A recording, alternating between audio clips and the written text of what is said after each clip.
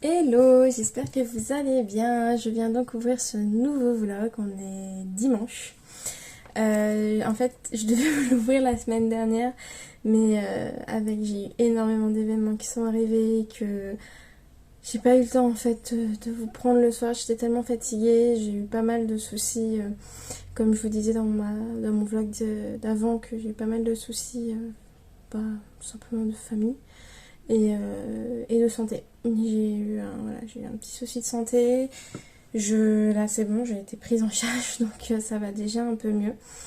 La fatigue commence à partir. Donc je vous prends que cette fois-ci. J'ai quand même pas mal de choses à vous dire. Déjà je voulais commencer par donc à la fin du vlog je vous disais qu'en fait que je suis allée à un événement et que je pouvais pas vous en parler parce que c'était une avant-première. Donc l'avant-première, je m'en ai parlé donc sur Instagram. C'était donc l'avant-première, c'était donc le dernier film, donc l'adaptation d'Agatha Christie du crime d'Halloween, qui est donc Mystère à Venise. Donc c'était le dernier, donc en fait c'est un des livres de Agatha Christie qui est mis en fait en film. Je vous mettrai juste ici l'affiche. Donc je suis donc allée le voir en avant-première il y a 2 semaines. En fait j'ai gagné des places en faisant un concours et j'ai réussi et je suis trop contente, j'ai pu le voir avant tout le monde. C'était vraiment le film que je voulais voir en plus du mois de septembre. C'était donc un très très très bon film, je vous le conseille pour les fans d'Agatha Christie. Je trouve ça, mais vraiment on est vraiment dans l'enquête, on est vraiment en fait j'ai tout de suite vu en fait la plume, même si c'est un film, mais c'était super bien. En plus, il y a un peu d'horreur, pas d'horreur, un peu d'épouvante d'horreur. Donc parfois j'avais un petit froid dans le dos. C'était sympa. Vraiment très très très sympa. Vraiment encore une fois, moi j'aime bien les adaptations d'Agatha Christie. Là c'est le 3e donc qui a été fait donc il y a eu Le Crime d'Orient Express, Mort sur le Nil, et là donc c'est Mystère à Venise, mais c'est le crime d'Halloween, ça s'appelle, ou je sais plus quoi, Potiron, mais en tout cas c'est l'adaptation du crime d'Halloween que j'ai en livre et que maintenant j'ai envie de le sortir et le lire. Donc pourquoi pas. Voilà, donc ça c'était donc ce que je voulais vous parler dans ce vlog, parce que maintenant je peux vous en parler et je peux que vous dire d'y aller parce que c'est vraiment un très très très très bon film qui fait du bien surtout. J'ai eu pas mal de réceptions, enfin j'ai eu une réception. J'ai reçu la semaine dernière les 2 prochaines donc lectures du meilleur polar. Donc c'est de là. Donc de la part de Point. Donc le premier c'est L'espion qui venait du livre de Luc Chomara. Il est tout petit, hein. Il fait même pas 200 pages, il fait 150 pages, hein. Donc vraiment tout petit. Je vais lire le résumé. L'agent secret Bob Dumont a dans sa ligne de mire le maléfique Igor et compte bien l'empêcher de devenir le maître du monde. Mais au détour d'une rue de Singapour, Dumont tombe sur un adversaire d'une autre tempe, De La Feuille, son éditeur parisien, bien destiné à en finir avec ce ramassis de lieux communs. Tout bascule alors. Imbroglio romanesque, régal d'humour absurde, ce faux roman d'espionnage est une étonnante réflexion sur le sens de la littérature. Donc j'ai l'impression que c'est pas vraiment un polar. Bon, on verra bien. Le deuxième que j'ai reçu, c'est donc Gueule d'ombre de Lionel Destremaux. À Carena, Cyrième Plante est chargée d'une mission spéciale pour le ministère des Anciens Combattants, découvrir l'identité d'un homme plongé dans le coma. On ne sait d'où il vient ce soldat, ni si son nom, Carlus Turné, est réellement le sien. Une enquête frénétique dans les décombres d'un pays fictif. Une éblouissante métamorphose de l'existence, une révélation. C'est assez mystique, je trouve, le livre. Donc voilà, les 2 réceptions pour le prix Point. Du meilleur polar. Là, je pense entamer cette semaine le le deuxième que je dois lire, c'est, vous savez, je sais plus, c'est King Zero, je crois. Il y a les filles du prix du meilleur polar, on a une discussion qui n'ont pas trop aimé, donc je vous avoue, je suis un peu mitigée de le lire, bon, on verra bien. En tout cas, lui, il est tout petit, donc je me demande si je vais pas enchaîner avec lui, comme ça c'est fait, quoi, il me restera que lui, et que peut-être que je lirai en octobre. Donc voilà pour mes lectures, donc mes réceptions, pardon. J'ai eu un petit craquage à la Fnac aussi. Faut que je le retrouve. Il est à côté, mais bon. Voilà, tout le monde en parlait. Donc je me suis dit, bon, faut que j'aille le voir ce livre. Il faut que je l'ai ce livre. C'est donc la prochaine fois que tu mordras la poussière de Panayotis Pasco, qui est un humoriste que j'aime beaucoup, que j'ai découvert aussi il y a longtemps. Mais ouais, j'ai décidé de me le prendre parce que tout le monde en parle, disant que c'est hyper bien, c'est hyper...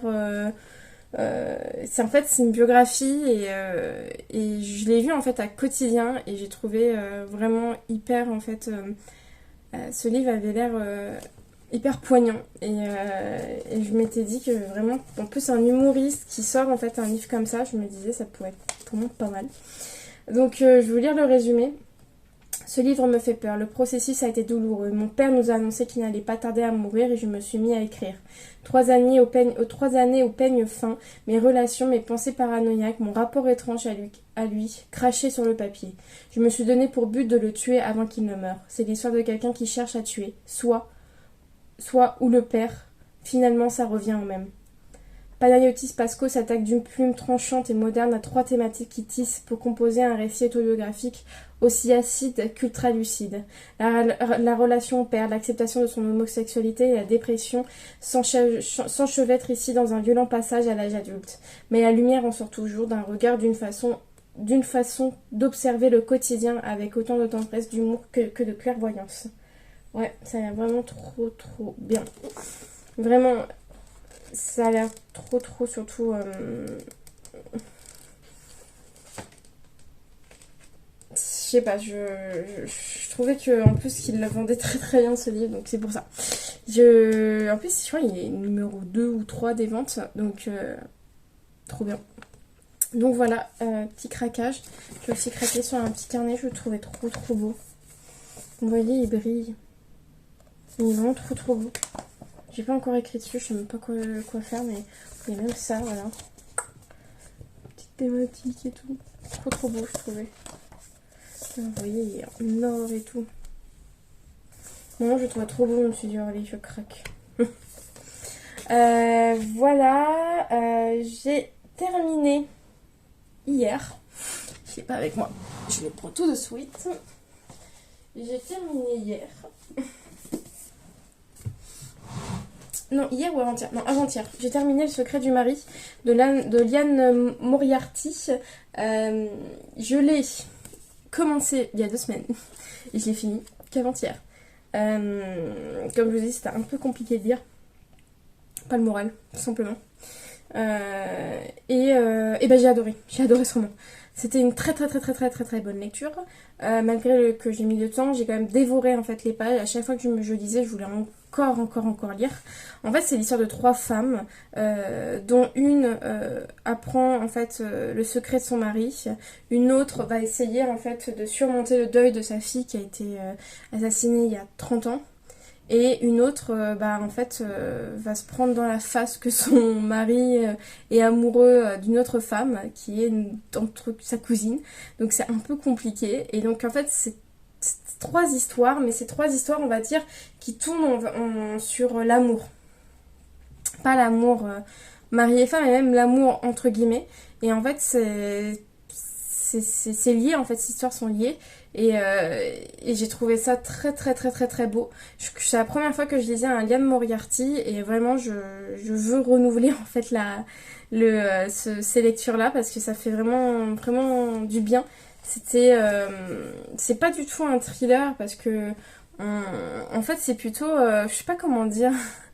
c'est pas un thriller, c'est pas peut-être un contemporain, mais en tout cas c'est voilà, il y a toujours, on va dire, je je sais pas, j'ai beaucoup apprécié ce roman qui vraiment m'a vraiment fait sortir de mes zones en fait, parce que c'est la première fois que je lisais un livre de ce genre-là où en fait il y a un secret, mais le secret on le découvre vite et après en fait tout va s'enchaîner. Et c'est vraiment addictif, tu veux savoir pourquoi en fait. Voilà, en fait c'est vraiment. Je trouve que c'est presque du roman un peu à la. Un peu à la Émile Zola, je trouve. Tu prends des gens et tu regardes comment ces personnes-là vont évoluer dans un environnement et tu leur mets en fait des petits secrets, des choses en fait des obstacles. Et j'ai trouvé ça hyper sympa et vraiment c'est vraiment un nouveau genre de lecture que je connaissais pas et je suis trop contente d'avoir découvert et maintenant j'ai encore plus envie de découvrir en fait les autres livres de Liane Moriarty, donc n'hésitez pas à me dire si voilà un roman qui pourrait me plaire, un autre. Donc j'ai lu Que le secret du mari, je sais qu'il y en a plusieurs d'elles. Ouais, il y a 3 vœux, ça j'ai vu qui me disaient pas mal. Petit secret, grand mensonge aussi. Mais 3 vœux, ouais, il me tentait pas mal. Mais voilà, donc voilà, c'était ma lecture terminée. J'ai commencé donc une nouvelle lecture hier. C'est Samouraï de Fabrice Caro. Fabrice Caro, c'est l'auteur du Discours. En sortie en livre, mais aussi adapté au cinéma, que j'avais adoré. Et donc j'ai lu une 50aine de pages et c'est vraiment du Fabrice Caro. On part d'un point A, mais on fait comme ça, et on revient au point B. Voilà, c'est beaucoup voilà, il part dans tous les sens, mais je trouve ça sympa, vraiment très sympa. Et donc je le lis pour le club du club des lecteurs Folio. Donc c'était celui d'août, mais bon, j'avais tellement de livres à lire que voilà, je lis que maintenant, mais en tout cas je suis très contente pour l'instant de ma lecture. J'ai lu une 50aine de pages, mais ça va aller, voilà, il fait 200 pages. J'espère finir en début de semaine et pouvoir entamer un nouveau roman pour le prix du meilleur polar. Il y a toujours la lecture commune sur Sherlock Holmes qui est prévue donc la semaine prochaine, si je me trompe pas. Je crois que c'est le 24. On va donc se lire le Sherlock Holmes de Conan. Oh là là. De Sherlock, le premier en fait enquête de Sherlock Holmes, une étude en rouge. Donc je suis très pressée parce que j'ai jamais lu de Sherlock Holmes, donc ça va pouvoir, je vais pouvoir enfin découvrir la plume de cet auteur. Voilà, donc je vais vous laisser là et je vous retrouve donc tout à l'heure. Hello, je vous prends donc aujourd'hui, on est jeudi soir. J'ai un peu de temps pour moi pour vous parler un peu de mes lectures que j'ai terminées ou même en cours. Donc voilà, j'ai eu aussi une réception, donc j'ai un peu le temps. J'ai donc terminé Samouraï de Fabrice Caro. Donc Fabrice Caro, c'est celui qui a écrit le Discours, donc le Discours donc en livre, mais aussi, vous savez, il était sorti au cinéma et ça avait fait pas mal d'entrées. Moi, j'avais vu le film et après lu le livre et j'avais adoré. Et là, vraiment, on retrouve totalement la plume de Fabrice Caro, une plume hyper déjantée, j'adore. Parfois, je trouvais que il pensait à des choses que moi aussi je pensais. On a eu un peu l'esprit tordu, je sais pas, mais en tout cas, c'était vraiment génial. Je rigolais dans le train, ça m'a fait vraiment plaisir. Surtout en ce moment où j'ai pas trop le moral, en tout cas, ça m'a un peu remonté le moral. Donc, je suis très contente d'avoir voilà, redécouvert la plume de Fabrice Caro. Donc ça, ce livre, c'était pour la lecture en fait du book club de Folio, que donc c'était pour août, donc on est en septembre, voilà, j'ai un mois d'écart. Celui pour septembre, faut que je le lise là très bientôt aussi. J'ai essayé de le lire après après les livres pour Point. En tout cas après un livre au moins pour Point. Voilà, donc ça c'est ma lecture terminée. J'ai aussi un abandon malheureusement et c'est pour le prix des lecteurs point. Malheureusement j'ai eu un abandon, j'ai lu 50 pages et je me suis dit c'est vraiment pas pour moi. C'était King Zero en fait qu'on m'avait envoyé et que j'ai pas du tout apprécié. Moi j'ai pas le livre sur moi, je peux pas vous le montrer mais en tout cas voilà c'était pas pour moi, j'avais pas trop la tête à lire, on va dire, une enquête comme ça. Je sais pas si je retournerai, mais en tout cas, voilà, pour moi, c'est un abandon pour l'instant. Donc voilà, et donc j'ai un peu perturbé ma lecture, et j'ai donc commencé aujourd'hui dans le train. Voilà, ça faisait super longtemps que je m'étais pas lu en fait un détective des Yorkshire. Je sais plus si c'est le tome 5 ou le tome 6, je m'en rappelle plus. Mais en tout cas, je m'étais arrêtée l'année dernière et là j'avais trop envie, trop envie d'y retourner. En fait, je pense que c'est vraiment une lecture assez doudou pour moi et c'est une lecture vraiment que je connais l'auteur, je connais en fait les personnages et en fait je pense que ça me rassure aussi. Et voilà, donc là j'ai commencé, j'ai lu 50 pages et ça promet de malade. Je suis trop contente de retrouver Samson et Delia et retrouver aussi Calimero qui m'avait beaucoup manqué et donc voilà. Donc très contente de me remettre dans les détectives du Yorkshire et je trouve que c'est tellement de saisons. On arrive en automne, c'est orange, je sais pas, c'est cosy donc j'ai vraiment besoin de cosy en ce moment. Donc voilà, je suis trop contente de retrouver Delia et Samson. Le problème c'est que j'ai une lecture commune lundi, on est jeudi, pas sûr que je le finisse parce que vu ma lenteur de lecture en ce moment, je ne suis pas sûre de le finir. Voilà, donc je sais pas quoi faire. Je pense que je le mettrai en pause quand j'arriverai donc à ma lecture commune sur Sherlock Holmes. Mais en tout cas, ouais, je suis trop contente de retrouver les détectives du Yorkshire. Voilà, je vais pas vous lire le résumé, c'est un tome 5-6 pour ceux qui connaissent pas, je pense pas que ça vous intéresse. Mais en tout cas, voilà, si vous connaissez, je pense que vous kiffez comme moi. En lecture audio, je suis toujours sur donc, la carte des confins de Marie Rapelin. Je suis à la moitié. C'est un peu à dents de scie ma lecture. Il y a des fois j'adore. Vraiment, j'adore. C'est très épique. Et d'autres fois je sais pas pourquoi ces chapitres-là existent en fait.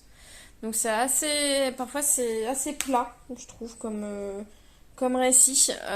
Mais bon, j'en ai toujours dans l'âme des pirates, de la magie. Moi, le côté magie me plaît moins, mais le côté pirate me plaît beaucoup. Peut-être un peu trop d'a priori sur les pirates, mais bon, voilà, c'est une lecture en dents de scie pour l'instant. Je l'écoute, voilà, je suis à la moitié. On verra bien. Voilà pour ma lecture donc audio en cours. Et donc j'ai eu une réception aujourd'hui de la part de HarperCollins. Je me rappelais plus que je l'avais demandé, mais en fait quand j'ai lu le résumé, j'ai fait ah mais oui, je l'avais demandé parce qu'il me plaisait bien. C'est donc celui-ci, c'est au commencement de Ivan Zingberg. J'ai vu qu'en fait c'est un auteur qui a reçu en fait pas mal de prix pour un de ses derniers romans qui s'appelle Matière Noire. Il avait reçu pas mal de prix. Et moi j'ai pas lu Matière Noire, mais je me suis dit pourquoi pas essayer de tenter avec lui. C'est un petit roman policier, hein.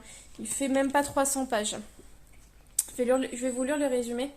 Entre deux tours de la présidentielle 2022. Dans le 93, un dealer, un gitan, une prostituée et un chômeur sont tués à bout portant. Aucun n'avait d'ennemis connus. Tous vivaient de vie ordinaire, faite de petits trafics secrets, de rêves et de ratés. À la crime, le groupe du commandant Delmas s'est saisi de l'enquête. Une enquête qui survient dans un moment crucial pour ce flic hors des clous, auquel on reproche son laxisme ou, en tout cas, de fermer les yeux sur les écarts de son équipe. Très vite, la piste terroriste ne fait aucun doute, et le tueur qui agit seul sur un scooter semble suivre un modèle, Mohamed Merah. La chasse à l'homme peut commencer. Course contre la montre et contre les extrêmes jusqu'au final stupéfiant. Ce nouveau polar d'Ivan Zingberg, bluffant de réalisme, offre un regard accéléré sur la radicalité. Voilà, c'est pour ça que j'ai trouvé ça assez innovant comme ce thriller.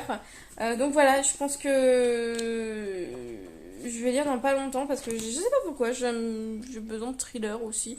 Mais pas noir, noir, noir. Ça, je pense pas que ce soit gore, gore, gore. Donc voilà. Je sais pas quand est-ce qu'il sort. Me demandez pas, je ne sais pas quand est-ce qu'il sort. Je ne sais pas s'il est déjà sorti. Je pense que oui. Mais il sort, il marquait quoi? Si je l'ai reçu, je pense qu'en tout cas, il va sortir. Voilà. Donc je sais pas si vous connaissez cet auteur, dites-moi. Moi, je connais pas du tout. Donc voilà pour ce dont je voulais vous parler. Je pense que c'est déjà pas mal. Je dois pas recevoir d'autres réceptions. Ah si, je voulais vous parler de ma série en cours. Je regarde The Murder in... Ah, comment ça s'appelle? Alors moi...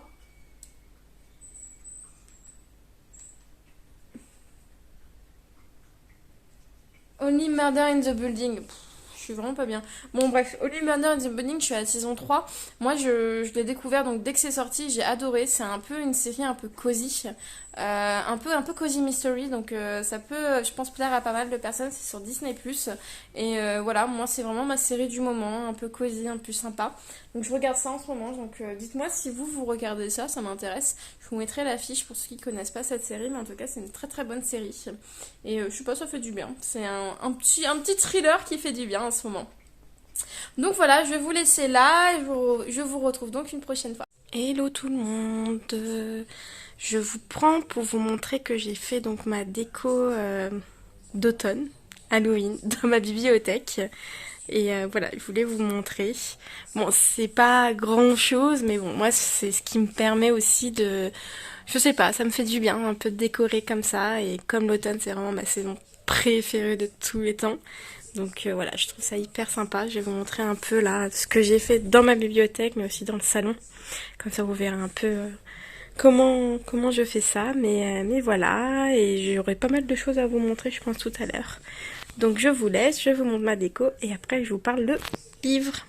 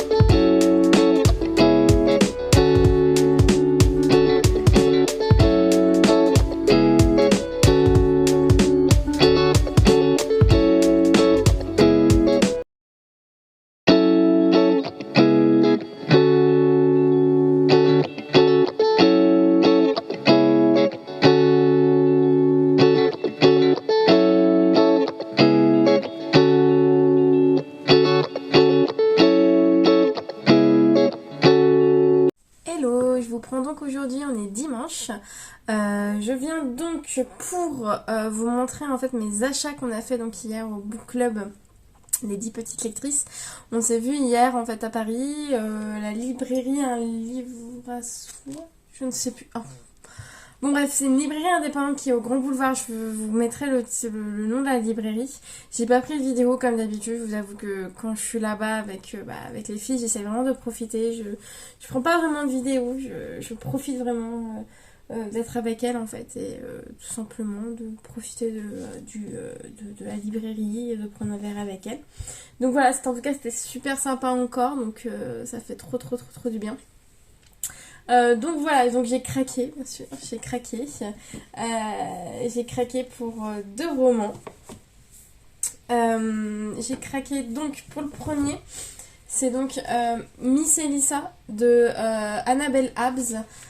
Donc Annabelle Abbs, elle a écrit, si je me trompe pas, elle a écrit La fille de Joyce et Frida.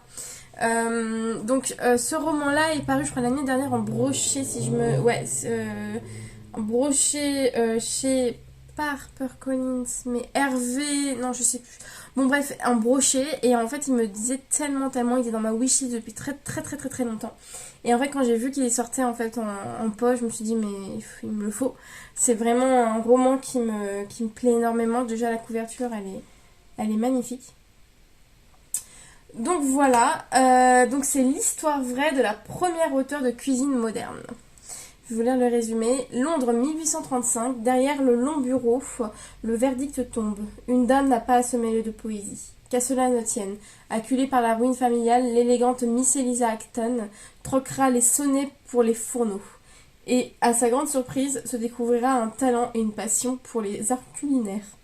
De son côté, la jeune Anne Kirby, peine à sortir de la misère sa rencontre avec la poétesse, leur complicité insolite l'en sortira par miracle. Bientôt un livre de recettes conçu à 4 mains prend forme qui révolutionnera à jamais la gastronomie britannique. Voilà. En tout cas, ça va hyper bien. Je suis trop contente de l'avoir trouvé en poche. Ça va vraiment me permettre de découvrir cet auteur et surtout cette histoire qui me donnait très envie. Voilà, et deuxième craquage, ça c'est à cause d'Emeline. Emeline, si tu me regardes, c'est à cause de toi avec Margot. Donc on a pris Les 7 maris d'Evelyn Hugo de Tyler J. Kinraid. C'est elle qui a écrit Daisy Jones and the Six et que je n'ai pas lu mais que j'ai dans ma palle, dans ma bibliothèque, qu'il faut absolument que je sorte. Et donc en fait Emeline a dit que c'était genre une de ses meilleures lectures. Bon, phénomène TikTok, on s'en fout. Mais en tout cas, ça a l'air trop bien. Vous n'êtes pas d'ordinaire. Vous n'êtes pas ordinaire. N'autorisez jamais personne à vous laisser croire. Je vais vous lire le résumé. À l'aube de ses 24 ans, Evelyn Hugo, légende du cinéma, est enfin prête à dire la vérité sur sa vie aussi glamour que scandaleuse. Mais elle ne fera ses révélations qu'à Monique Grant, une jeune journaliste inconnue. Un choix incompréhensible. Monique découvre alors fascinée l'histoire extraordinaire de cette actrice mariée 7 fois, une histoire d'ambition, d'amitié et d'amour défendu. À mesure qu'elle recueille les confidences d'Evelyn, elle comprend qu'elle n'a pas été choisie par hasard et que leurs destins sont étroitement liés. Ça donne vraiment envie. Il y a eu un roman étincelant, l'autrice déroule les légendes d'Hollywood avec brio. L'histoire d'Evelyn est captivante et hyper réaliste et vous vous attacherez à chacun de ses personnages.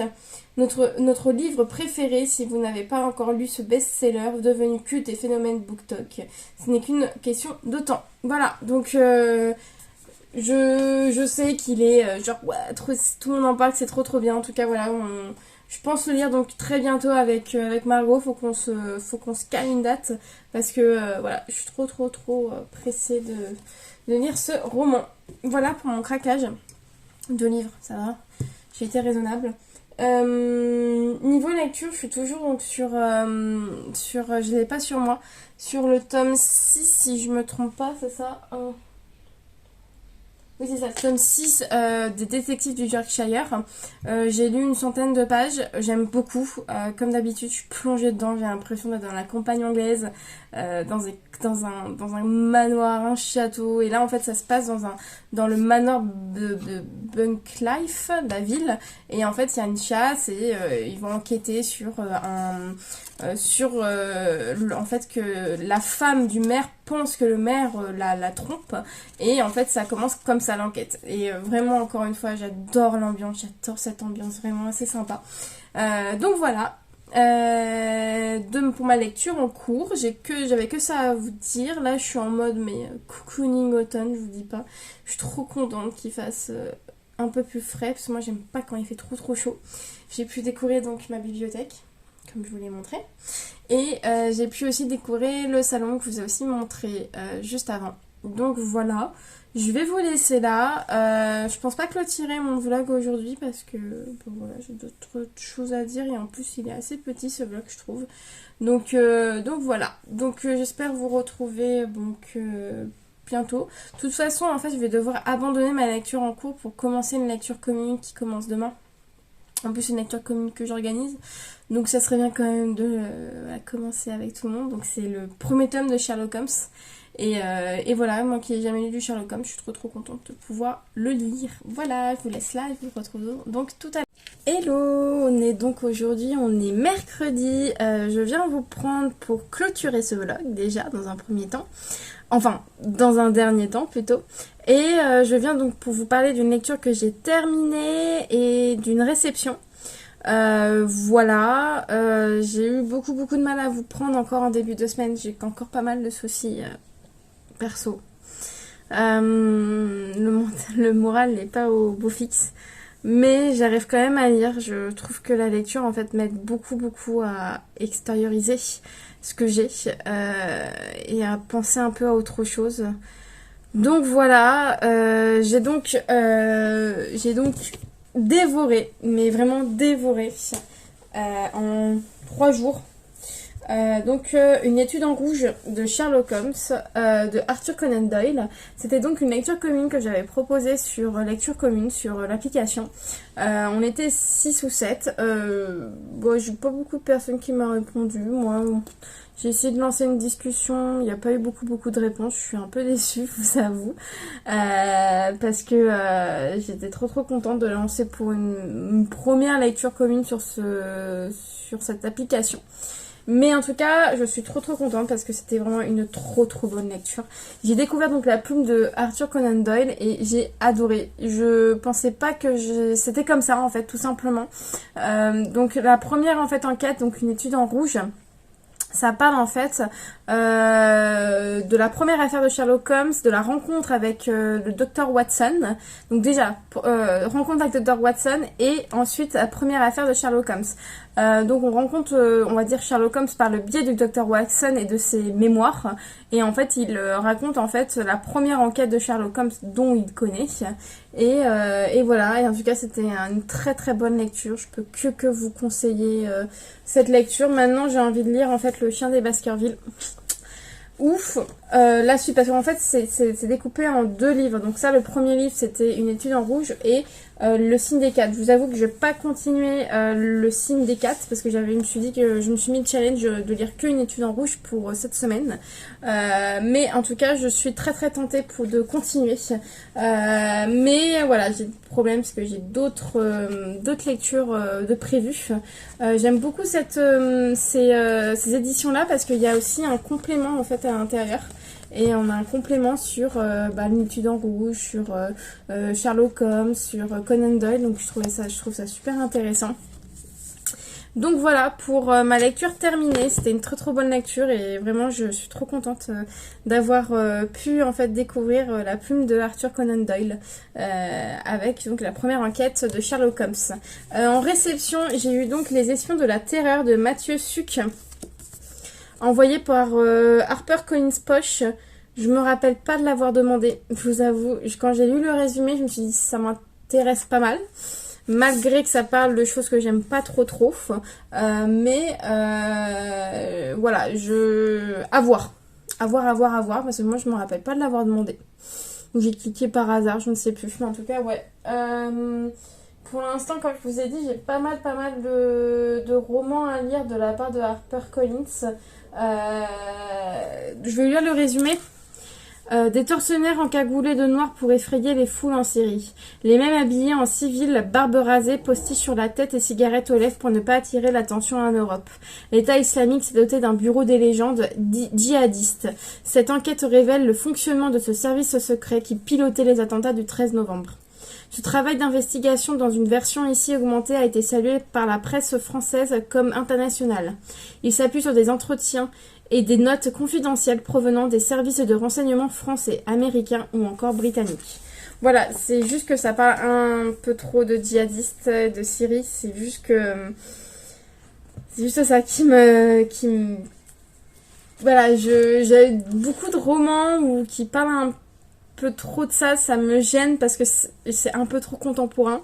Et étant en fait de région parisienne, vendredi 13, moi en tout cas je l'ai un peu mal vécu.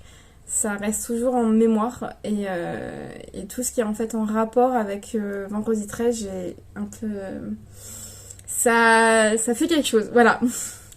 Donc c'est aussi donc lui qui a écrit en fait Vendredi 13 et je me demande si c'est pas en fait le livre qui a été adapté au cinéma, vous savez, avec Jean Dujardin. C'est j'ai l'impression que c'est ça. Mais ouais, pourquoi pas. Pourquoi pas. En tout cas, c'est à ce qui paraît, c'est un livre qui va être mis en série. Donc Les Espions de la Terreur, qui va sortir sur M6, je sais pas si vous voyez. Mais je ne sais pas quand est-ce que ça sort la série, mais je crois que c'est pour bientôt parce que je suis allée voir après sur internet et j'ai vu que c'était courant 2023, fin 2023, donc c'est pour bientôt. Donc voilà, ouais, tout ce qui est livre comme ça ouais, je verrai bien. C'est dans quel mood je suis. Genre en ce moment tout de suite là, peut-être pas. Donc voilà pour ma réception, mes lectures terminées. Je vais donc vous laisser là et clôturer ce vlog ici. J'espère que ça vous a plu. Malgré que voilà que ce vlog soit un peu décousu, je suis un peu désolée. J'ai eu des petits soucis, j'ai eu aussi des soucis de santé, c'est un peu compliqué en ce moment avec le boulot, mais là je recommence en fait à retrouver un rythme de lecture, à lire pas mal dans les transports, à lire le soir, et ça voilà, ça me donne envie en fait en fait la lecture je pense me calme un peu, m'apaise, et je pense qu'on est beaucoup dans ce cas-là, que la lecture nous apaise un peu. Donc voilà, j'espère que ce vlog vous a plu, que vous avez pu noter des lectures, ou voilà, n'hésitez pas à commenter, à liker, à vous abonner et à me dire ce que vous avez pensé de ce vlog, de penser de ces lectures. Voilà, je suis toujours très contente d'avoir des remarques de votre part, mais en tout cas, voilà, je sais que vous n'êtes pas non plus nombreux à me suivre, mais je suis quand même très très contente de pouvoir partager tout ça avec vous. Je sais pas, j'aime bien. Ça me permet aussi d'extérioriser mes pensées livresques avec vous et voilà, vous dire ce que je pense de mes lectures. Donc voilà, je vais vous laisser là et je vous retrouve donc dans un prochain vlog.